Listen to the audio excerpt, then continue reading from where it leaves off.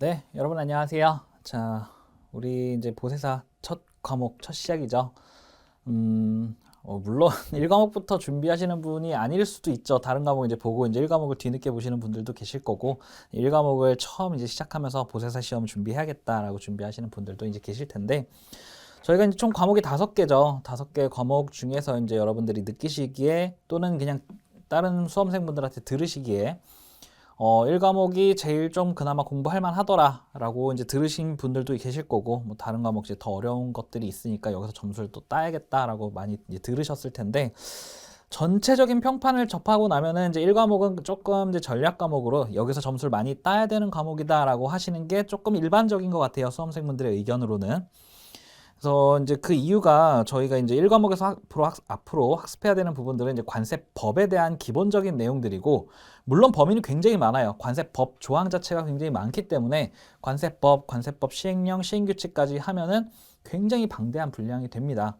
그럼에도 불구하고 다른 시험보다 조금은 더 쉽게 느껴지는 이유가, 법에서는 기본적인 개념과 이론, 절차에 대해서 좀 간략하게 다루고 있는데, 다른 과목들, 특히 이제 2과목과 3과목, 보세 구역 관리와 화물 관리, 이쪽으로 들어가면은 굉장히 말단 고시들의 디테일한 내용들이 나온단 말이죠. 그럼 보기도 굉장히 디테일하게 나올 수밖에 없고, 그렇기 때문에 보기를 접하는 수험생 여러분들이 느끼기에는 굉장히 좀 관세법보다는 고시단의 내용들이 너무 어렵다, 디테일하다라고 느끼실 거예요.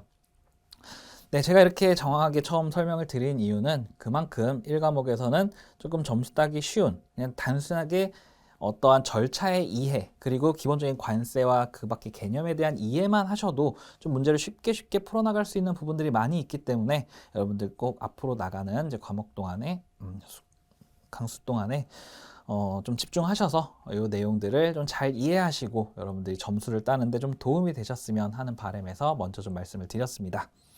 자, 이런 내용들을 토대로 우리 지금부터 이제 관세법에 대한 내용을 한번 같이 살펴보도록 하겠습니다. 자, 우리 제일 처음 봐야 되는 건 이 관세법 일반이고, 보통 이제 어떠한 책을 봐도 처음에 개요부터 나오죠.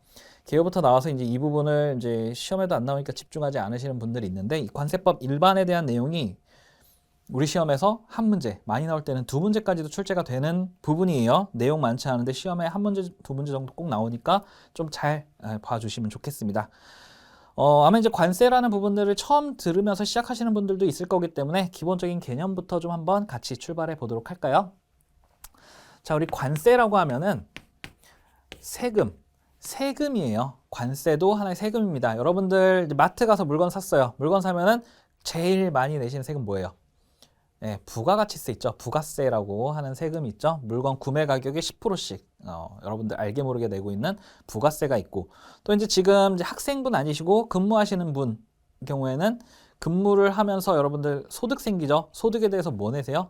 소득세 내시죠. 네, 소득세도 내시고, 또는 학생이든 누구든 이제 세대주이신 경우에 자기 주소지에 이제 올라가 계신 분은 본인이 대표로 주민세 뭐 이런 것들 내죠. 각종 세금들이 여러분들 알게 모르게 빠져나가고 있는데, 그러한 세금의 일종이 바로 관세도 이제 그러한 세금의 일종이에요. 근데 이제 앞에 관이 붙어 있죠. 이 관이 의미하는 거는 외국에서 우리나라로 물품이 들어올 때 옛날에는 통과를 위한 관문이 있었어요. 물론 지금도 개항이라고 하는 그런 관문들이 있습니다. 근데 그게 이제 옛날처럼 막 문짝처럼 생기진 않았고 열려 있는데, 그러한 이제 통과하는 이제 관문이 있었다 보니까 예로부터 이거를 우리는 관을 통과할 때 내야 되는 세금이다라고 해서 관세라고 불러왔어요.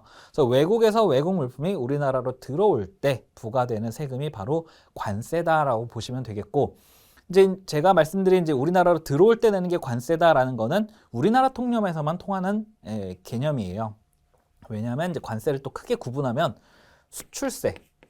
수출세도 있고, 그다음 수입세도 있고, 또 이 관을 통과할 때 내야 되는 통과세도 있어요. 근데 이러한 다양한 종류의 관세 종류 중에서 우리나라는 현재 수입 행위에 대해서만 세금을 부과하고 있기 때문에 수입세만이 우리나라 관세 부과 방식이다라고 보시면 되겠습니다. 이 이후에 이제 관세를 부과하는 목적이나 방법 등에 따라서 관세 종류는 더 많이 다양하게 나눠질 건데, 그거는 조금 뒤에 이제 살펴보도록 하고요.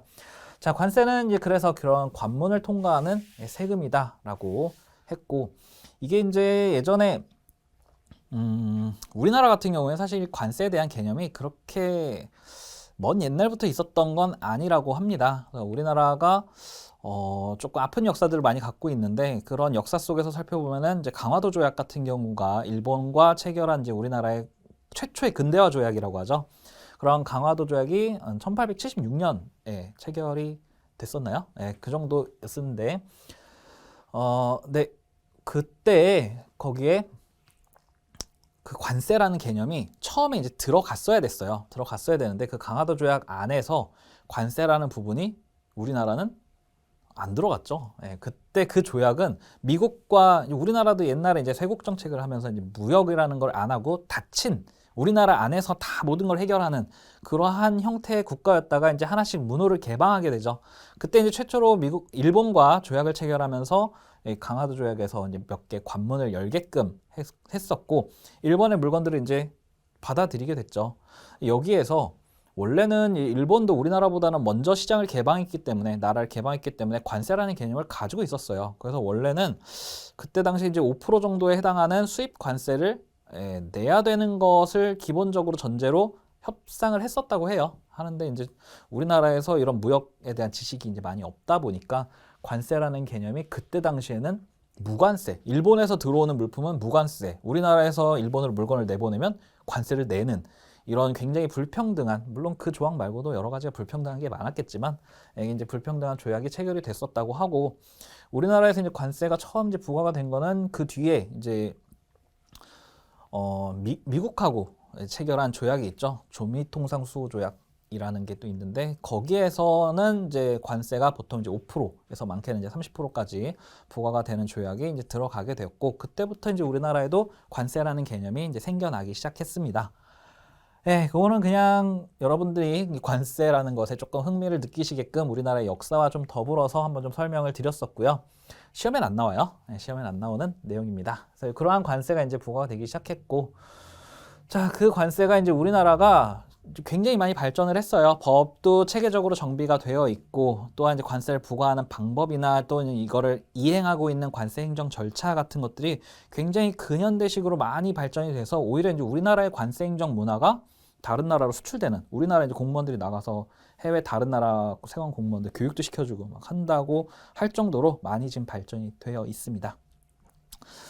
네, 여기까지 이제 기본적인 이제 관세 발전 과정에 대해서 좀 살짝 말씀을 드렸었고, 자, 이런 관세는 그래서 이제 우리나라 기준으로는 수입하는 물품에 대해서 이제 부과를 하는 게 이제 관세다라고 하는데, 그 밑에 이제 관세 영역이라는 게 나오죠. 자, 관세 영역이라고 하면은 왜 이걸 관세 영역이라고 할까? 해외에서 우리나라로 들어올 때 매겨야 되는 게 수입 관세라고 얘기를 했는데 이 영역이 따로 있어서 영역이라고 하는 것일까라고 의문이 드실 수 있는데 자 우리나라 위에는 안 그릴게요. 우리나라 이제 영토가 이렇게 있다고 하면은 원래 일반적으로 수입 물품이 이렇게 들어왔을 때에는 자 요 선을 통과할 때 관세를 내야 되죠. 내야 되는데 자 정말 그럴까? 라고 생각해보면 실제 실무는 그렇지 않다는 거예요. 그래서 우리는 이 관세 영역이라는 개념을 하나 더 만들어냈어요. 요거는 뭐예요? 요건 이제 국경선이죠. 국경선이고 원래는 국경선과 관세선이 일치해야 되는데 그렇지 않은 특수한 경우들이 몇 가지가 있습니다. 가장 대표적인 게 이제 앞으로 여러분들이 주로 합격하시면 근무해야 될 장소가 있죠. 여기 보면은 요만큼 영역 설정을 해서 여기는 관세가 유보된 구역이야 라고 하는 보세 구역이라는 곳이 있죠. 그래서 물건이 해외에서 우리나라로 와서 도착했지만 아직은 관세를 내지 않아도 되는 공간들이 우리나라 내륙지 안에 몇 군데씩 있습니다. 그러한 공간들 때문에 관세 영역이라는 건 반드시 관세선과는 일치하지 않는다라는 개념이 등장하게 돼요. 관세 영역은 어렵게 생각하실 필요 없이 보세구역 같이 예외로 우리나라에 있지만 관세를 내지 않아도 되는 구역이 있어 정도로만 생각을 하시면 되겠습니다. 그래서 하나 정리할 건 시험에도 가끔씩 지문으로 등장하긴 하는데 관세선과 국경선은 반드시 일치하지는 않는다라는 개념 좀 알고 계시면 좋겠습니다. 네, 그러한 관세 영역이라는 부분이 이제 등장을 하고요. 자, 그럼 이제 그러한 영역을 넘어서 부과되는 세금인 관세는 어떠한 성격을 갖고 있는가라는 부분을 이제 살펴보면 자, 첫 번째, 관세는 국세이다. 네, 관세는 국세다. 왜 국세일까요? 국가가 부과하기 때문에 관세는 이제 국세다.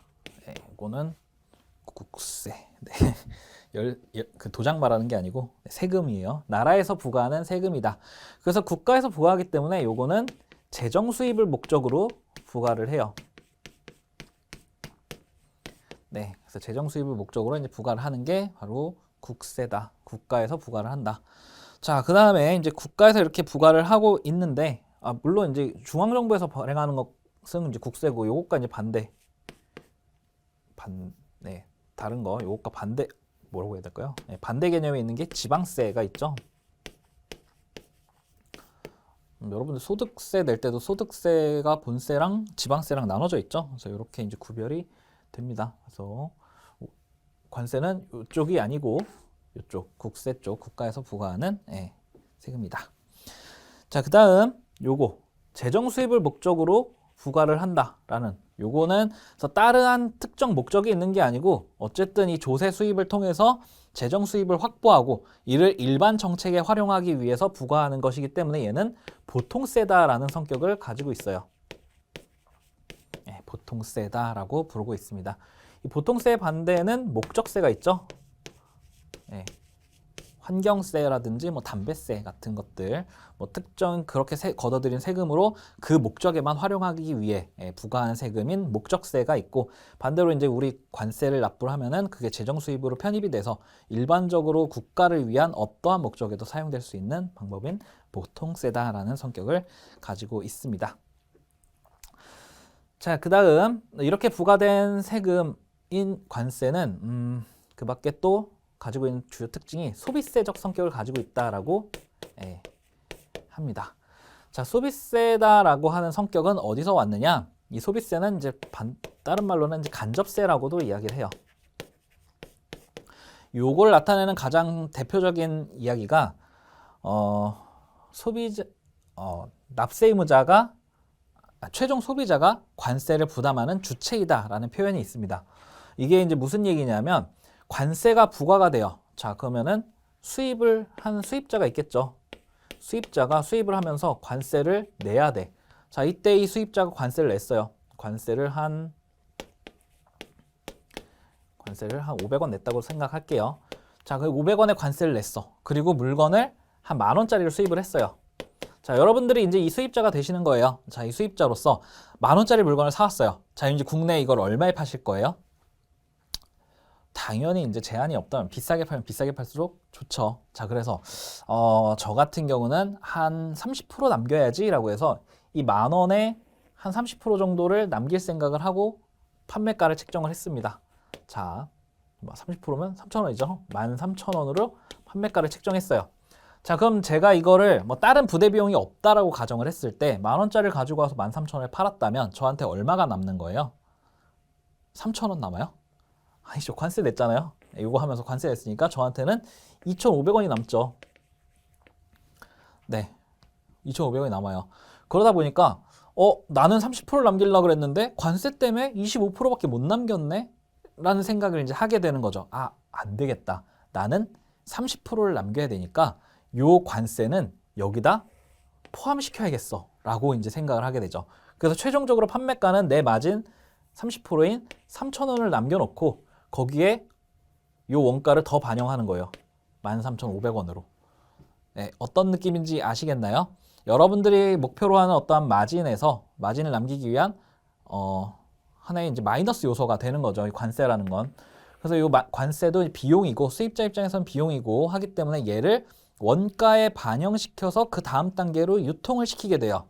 이 다음 단계에서 이걸 받은 사람은 이 13,500원이 구매가니까 요거를 다른 소비자한테 팔 때는 더 비싸게 판매를 하겠죠.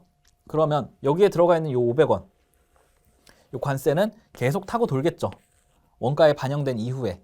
자, 타고 돌아서 최종적으로 어떠한 소비자가 있었다라고 할 때 소비자가 구매하는 구매 가격에는 이 500원이 계속 타고 돌아와서 소비자에게까지 오죠. 그래서 실질적으로 소비자가 그 관세를 부담한다라고 보시면 되겠습니다. 그래서 원래 관세는 수입할 때 내야 되기 때문에 수입자가 일단 관세를 여기 500원을 납부를 해요. 자, 납부는 하지만 얘는 물품의 원가를 타고 타서 최종적인 소비자가 얘가 부담을 하는 거예요. 그래서 납세자와 담세자가 달라진다라는 결과가 생깁니다. 이러한 특징이 있기 때문에 관세는 소비자가 부담하기 때문에 소비세다. 소비 행위에 대해서 부과가 되는 것이므로 소비세다. 또는 수입자가 직접적으로 부담하는 게 아니고 소비자가 간접적으로 부담하기 때문에 간접세다라고 부르고 있어요. 그래서 소비세적 성격을 갖고 있다, 간접세적인 성격을 가지고 있다. 요거 잘 기억해 주시고 얘가 관세의 가장 대표적인 특징이에요. 그래서 나중에 이제 가면은 이게 물품이 우리나라에서 소비되지 않고 다시 외국으로 나갈 때 부담된 관세는 원래 관세 소비세적 성격 갖고 있다 그랬잖아요. 소비하는 행위에 대해서 부과가 돼야 되는데 그렇지 않고 다시 돌아 나갔다? 그러면 이 관세를 환급해 줘야 된다는 개념도 여기에서부터 파생이 됩니다. 그래서 이런 소비세적 성격을 가지고 있다라는 거. 자, 그다음 이제 관세는 수입자가 수입 행위에 대해서 그때그때 납부하는 세금이다라고 했었죠. 그래서 관세는 수시세적 성격을 가지고 있다라는 표현도 합니다. 수시세. 그래서 수입 행위, 여러분들이 납부하시는 어떤 근로소득세 또는 종합소득세처럼 일정 시점을 정해놓고 그 전년도 1년치를 한꺼번에 이제 납부하는 그런 정기세적인 내용이 아니고 이것도 반대가 이제 정기세가 있는데 정기적으로 납부하는 그러한 세금이 아니고 수입하는 그 건건이 과세를 하는 것이다라고 해서 이제 수시세, 수시로 부과한다라는 얘기입니다. 수시세적인 성격을 가지고 있다라고 보시면 되겠습니다. 그래서 관세는 이제 이 정도의 성격을 가지고 있다라고 이제 보시면 되겠습니다. 네, 그 밖에 이제 모순적인 성격을 가지고 있다 말고 교재에서도 이제 몇 가지 표현을 더 하고 있죠. 과세는 재정수입 목적을 하고 있다. 재정수입 이렇게 했고요. 다음 법률 또는 조약에 의해서 강제적으로 부과된다. 강제적으로 부과된다라는 거. 그거는 이제 이후에 이제 설명드린 관세법에 대한 내용에서 또 나올 텐데 이 관세를 부과하는 기초가 되는 법령, 그 기초가 되는 법령이 바로 관세법이라는 게 있죠. 이 관세를 부과하기 위한 부과 방법, 절차 이런 것들을 규정해 놓은 게 바로 관세법이고 이 법에 의해서 강제적으로 부과를 하는 거죠. 근데 여기 국제조약은 뭐냐? 국제조약은 이제 관세법 말고도 국제적으로 이제 합의에 의해서 부과가 되는 내용들이 이제 몇 가지가 있어요. 뭐 예를 들면은 일단 관세평가협정에 의해서 수입 물품에 대한 가격, 즉 과세 가격을 얼마로 해서 관세를 부과해라라고 하는 가트협정, 관세평가협정도 있고요. 그리고 가트협정 안에는 이제 덤핑 방지 관세라든지 또는 상계 관세 같은 그런 불공정 무역 행위에 대해서 대응 조치로 부과하는 뭐 관세 부분들도 이제 규정을 하고 있고 그러한 부분들을 이제 국제법에서 또는 이제 우리 자유무역 협정에 의해서 FTA 협정 세율 같은 것들도 적용되고 있죠. 그래서 그러한 세율들을 통해서 관세를 부과할 수도 있기 때문에 국제법적으로도 이제 강제 부과가 된다라고 이제 보시면 되겠고 물론 그러한 국제법적인 협정은 다 관세법 안에 또는 그 하위 법령으로 다 녹아 있어서 우리나라 법제화가 되어 있다라고 보시면 되겠습니다. 즉 법에 의해서 이제 강제적으로 부과한다인데 자 법에 의해서 강제적으로 부과한다라는 부분에서 조금 더 깊게 생각하셔야 될 부분이 이제 조세법률주의예요. 조세법률주의는 꼭 관세법에만 해당되는 내용은 아닙니다. 조세에 전체적으로 이제 해당되는 건데 이 세금이라는 거는 이제 납부를 할 때 여러분들 이제 세금 낼 때 좋아서 나 세금 내야지 막 이렇게 해서 내시는 분들 계신가요? 네, 계실 수도 있죠. 계실 수도 있지만 저는 아니에요.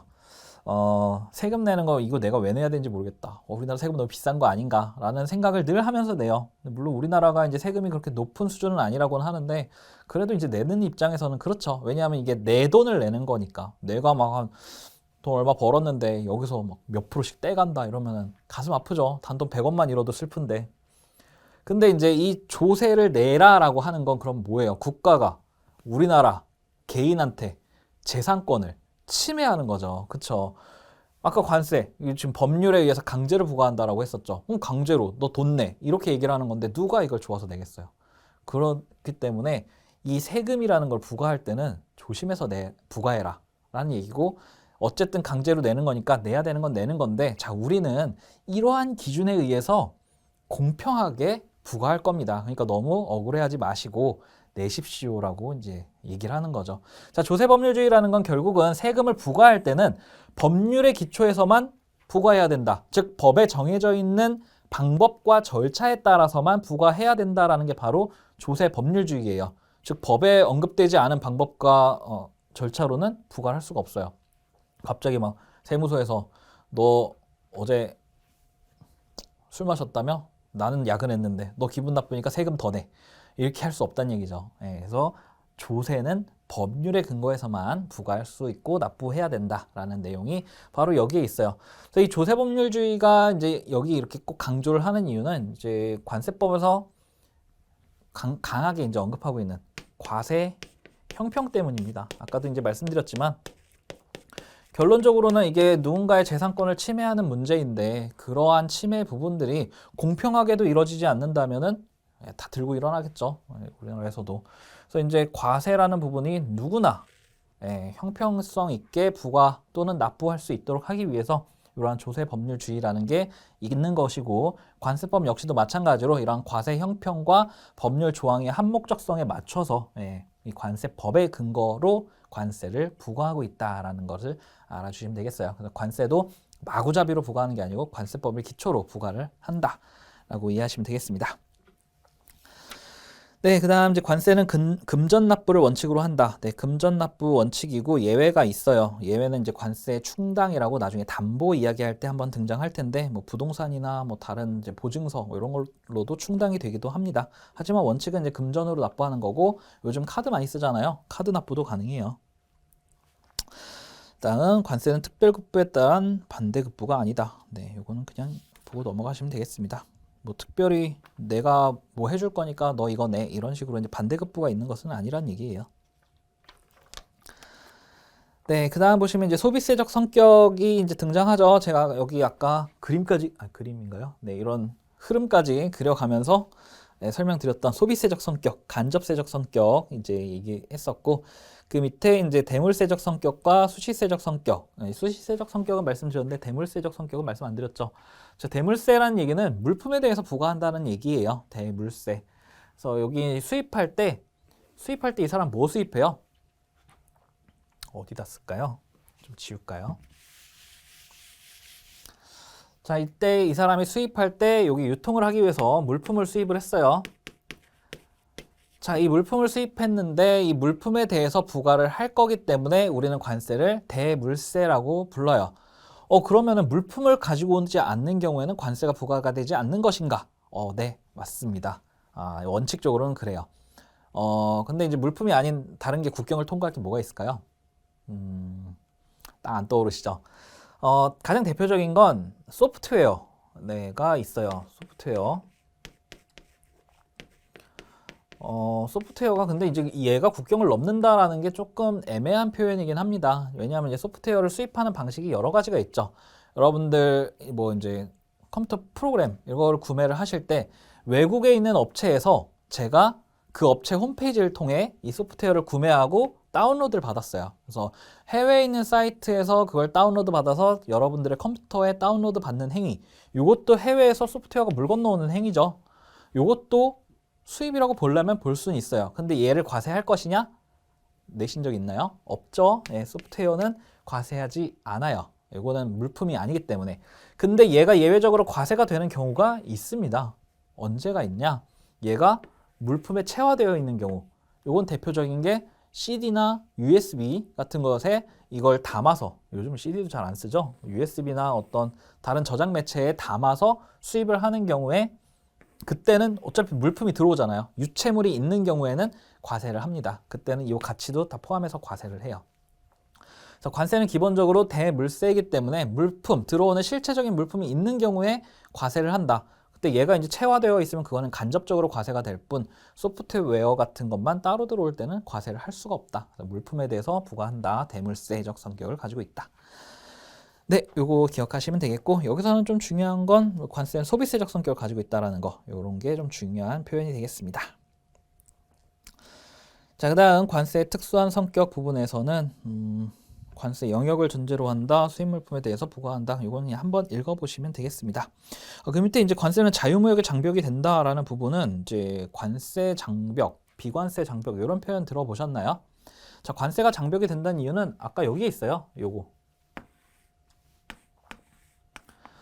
자, 이거 우리가 관세를 부과해서 관세를 납부함으로써 어떤 효과가 발생했나요? 국내 수입 물품의 유통 가격이 올라갔죠?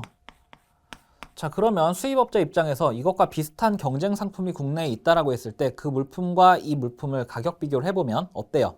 가격 경쟁력이 관세만큼 떨어지죠. 예, 그래서 수입을 억제하는 효과가 있다라고 봅니다. 간접적으로. 그래서 이 관세의 가장 기초적인 효과가 원래는 이제 무역, 외국에서 이제 수입을 좀 막는 그런 것들을 가지고 있어요. 그래서 이제 요즘은 트렌드가 그거죠. 이런 관세를 제로화시키는 것. 그래서 자유무역 협정이 계속 체결이 되고 FTA 협정의 체결의 가장 기초적인 목표는 관세를 없애자잖아요. 물론 한 번에 없앨 수 없으니까 점차적으로 이제 낮춰 나가는 거고 보호해야 되는 산업도 이제 좀 지정을 해놓고 하는 절차는 있지만 기본적으로 관세는 이런 수입을 억제하는 효과들이 있습니다. 그래서 이런 자유무역을 방해하는 성격도 가지고 있다라고 이제 보시면 되겠고. 네, 그 밑에 이제 관세의 종류 있죠. 관세의 종류도 은근히 시험에 이제 종종 등장을 해요. 그래서 보시면 부가 기회에 따른 분류. 아까 우리 제일 처음에 썼죠. 관세 이거 쓰면서 수출세, 수입세, 통과세. 그래서 언제 부과를 할 거냐라는 거. 그다음 부가 목적에 따른 분류. 아까 이제 재정관세. 요거 재정 수입을 따라서 이제 재정 목적에 따라 이제 보호하는 거. 다음 이제 보호관세. 뭐 어떤 물품을 보호하기 위해서 부과하는 물품 세금들도 있을 수 있고요. 자, 그 다음 과세 표준에 따른 분류. 이제 종가세, 종량세, 혼합세 있는데 이거는 조금 설명을 드릴게요. 자, 우리 종가세, 종량세, 이제 혼합세라고 한다면 방금 물품에 대해서 우리는 과세를 한다라고 했죠. 자, 그럼 물품에 뭐에 대해서 과세를 하는 걸까요? 세금은 보통은 몇 퍼센트, 뭐에 몇 퍼센트 이렇게 하죠. 부가가치세는 구매한 물품 가격의 10% 이렇게 세율이 정해져 있죠. 관세도 마찬가지로 물품별로 세율이 정해져 있습니다.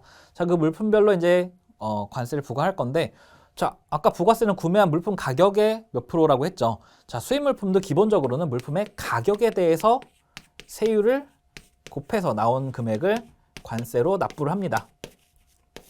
이게 기본적인 컨셉이에요.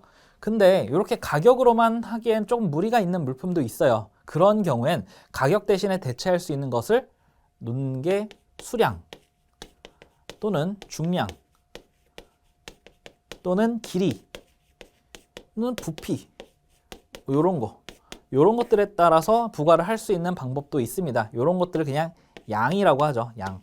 그래서 요거를 앞글자를 따서 종가세 세율을 매기는데 가격에 대해서 매긴다. 그래서 종가세라고 얘기를 하고 이거는 수량에 대해서 매기죠. 이거를 종량세라고 불러요. 그래서 우리나라 관세는 보통 종가세와 종량세로 이제 나눠져 있고 이렇게 두 가지가 독립적으로 부과되지 않고 이렇게 합쳐서 부과되는 경우를 혼합세라고 이야기를 합니다. 그래서 이거를 한번 좀 기억을 해주시면 좋을 것 같아요. 특히 이제 요 과세 표준이라고 하는 건 이제 세율이 부과가 되는 앞에 기준을 이제 과세 표준이라고 얘기를 하는데 이 과세 표준이 되는 거는 가격이 가장 기본적이고 그렇기 때문에 이 가격에 대해서는 우리 뒤에 더 깊게 들어가서 학습하는 시간이 있습니다. 그때 다시 한번 설명을 드릴게요. 다음 세율 결정 방법에 따른 분류는 국정관세, 협정관세, 편입관세 등이 있는데 국정관세는 우리나라 관세법에서 기초를 두고 있는 이제 세율이란 얘기고 협정관세나 편입관세는 국가 간의 어떤 협정에 의해서 조약에 의해서 합의된 율이 있는 관세를 이야기합니다. 협정관세 대표적인 게 FTA 협정세율이죠. 다음 적용 관세율 수가 많으면 다수세, 적으면 단일세, 하나면 단일세가 되겠고요. 과세 방법의 차등에 따른 분류, 차별관세, 탄력관세 한번 읽어보시면 되겠습니다. 네, 여기까지가 이제 관세의 기본적인 개요를 이제 설명을 드렸네요. 네, 여기까지가 이제 관세 기본적인 내용이었고, 여기서 이제 시험에 이제 하나 출제가 된다 그러면 이 관세의 기본적인 성격, 관세 성격, 아까 이제 여기 쭉 열거했었던 그 관세는 어떤 성격을 가지고 있다라는 내용들, 또는 이제 관세를 어떻게 부과하느냐에 따라서 구분하는 이제 관세의 종류, 이 부분 정도가 이제 시험에 출제가 될 수가 있어요. 이 부분만 좀 한번 읽어보시면 되겠고, 제가 처음에 이제 설명드렸던 이 관세의 이제 역사와 흐름, 이 부분은 그냥 참고로만 알아두시면 되겠습니다. 네, 그래서 첫 시간은 좀 가볍게 이제 관세에 대한 기본적인 개념을 좀 설명을 드리는 시간을 가졌고요. 이제 이런 관세를 부과하는 관세법은 어떠한 내용들을 담고 있는지 다음 시간부터 우리 본격적으로 한번 살펴보도록 하겠습니다. 자, 이번 시간 여기까지 하도록 하고요. 우리 다음 시간에 이어서 뵙도록 하겠습니다. 여러분들 고생하셨습니다.